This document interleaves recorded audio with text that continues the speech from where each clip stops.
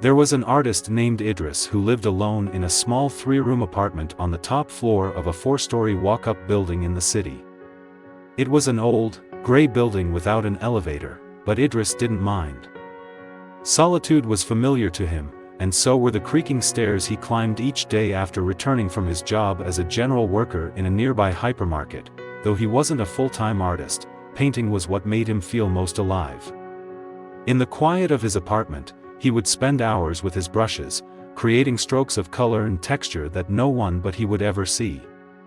His apartment was neat and orderly, everything in its place, though he never had visitors. No friends, no family who came by to check on him, no one to see his paintings or to share a meal with. He liked it that way, he told himself. He kept his life and his problems to himself, cooking and eating alone each night, never venturing out except for work. At 38, Idris is still single. His fiancée left him after losing his job few months ago.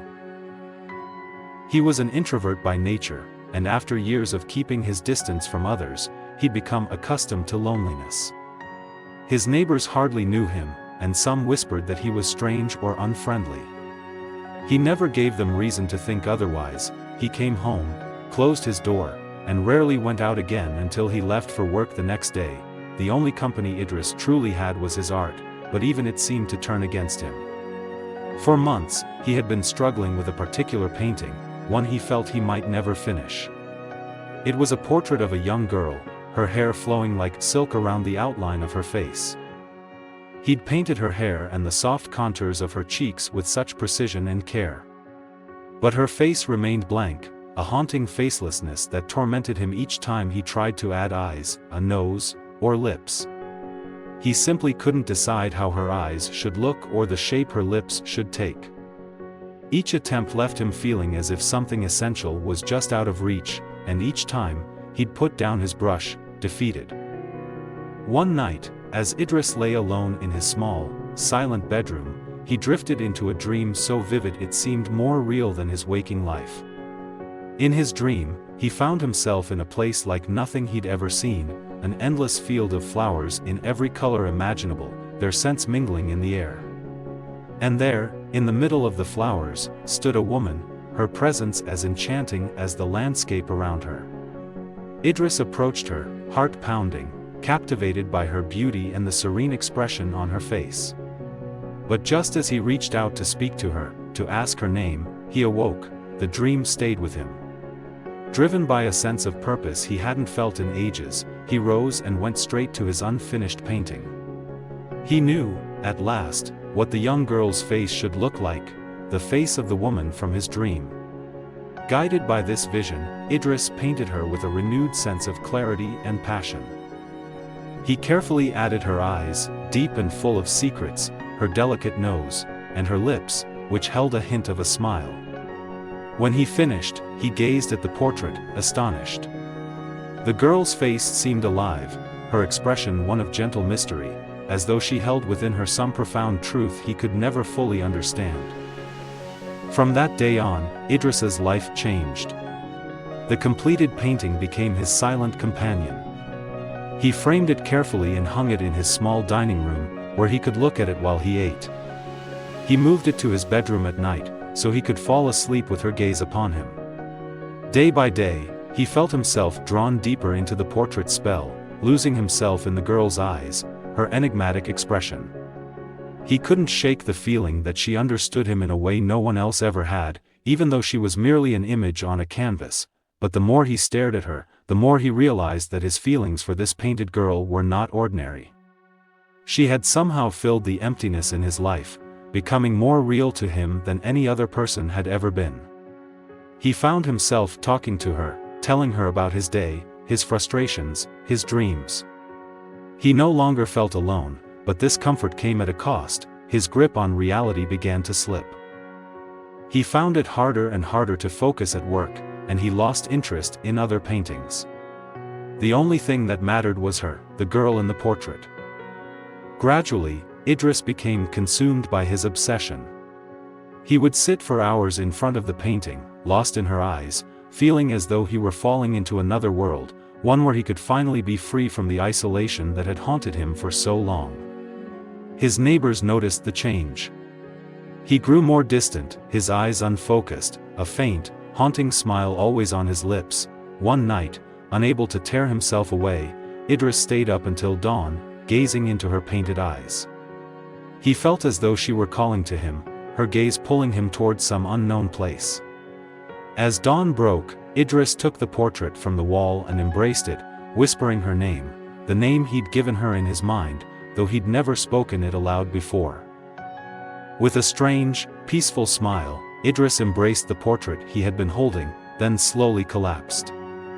His apartment remained just as it was, neat and tidy, with the portrait lying on the floor beside him, still gazing outward with the same serene expression. What had happened to Idris? Could he now be in another world, amidst fields of flowers and endless colors?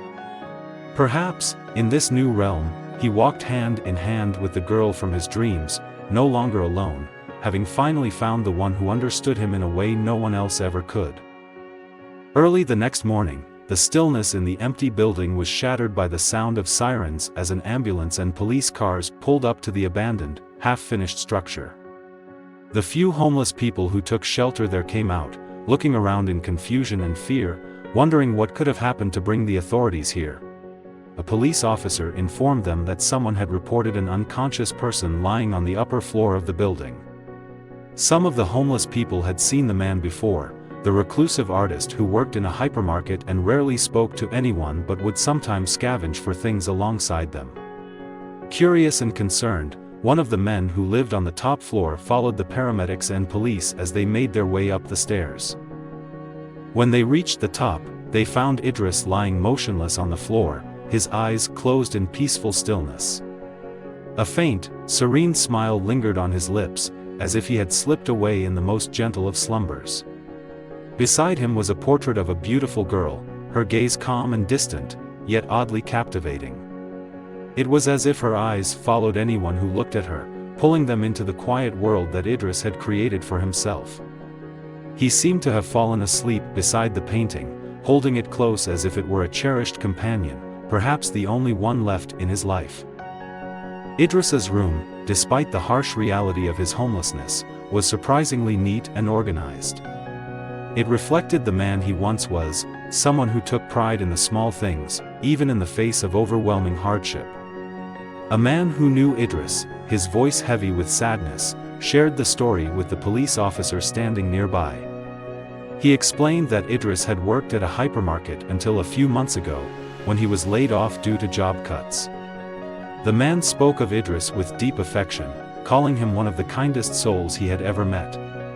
But after losing his job, everything seemed to fall apart for Idris.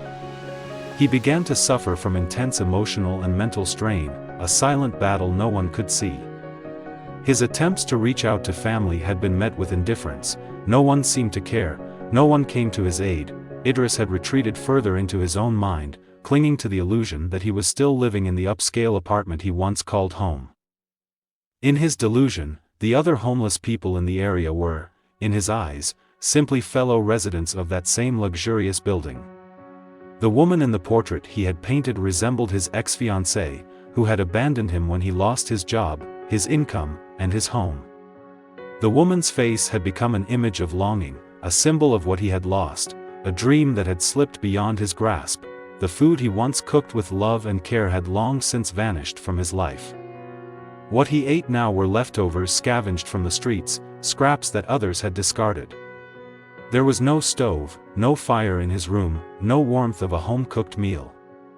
It was as if the world he had known, his job, his apartment, his future, had all dissolved into nothing but memories, and everything that remained was a world of his own making.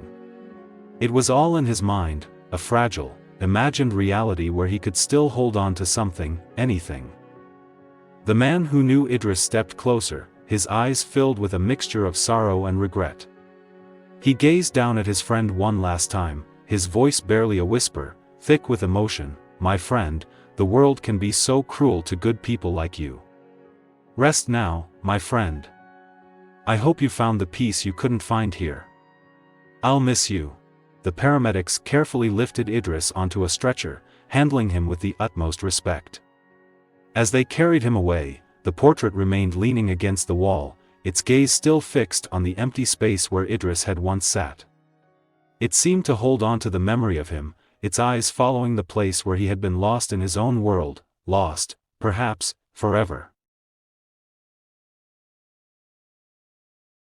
If this video inspired you in any way, please give it a thumbs up. Don't forget to subscribe and hit the notification bell so you're always updated with our latest content.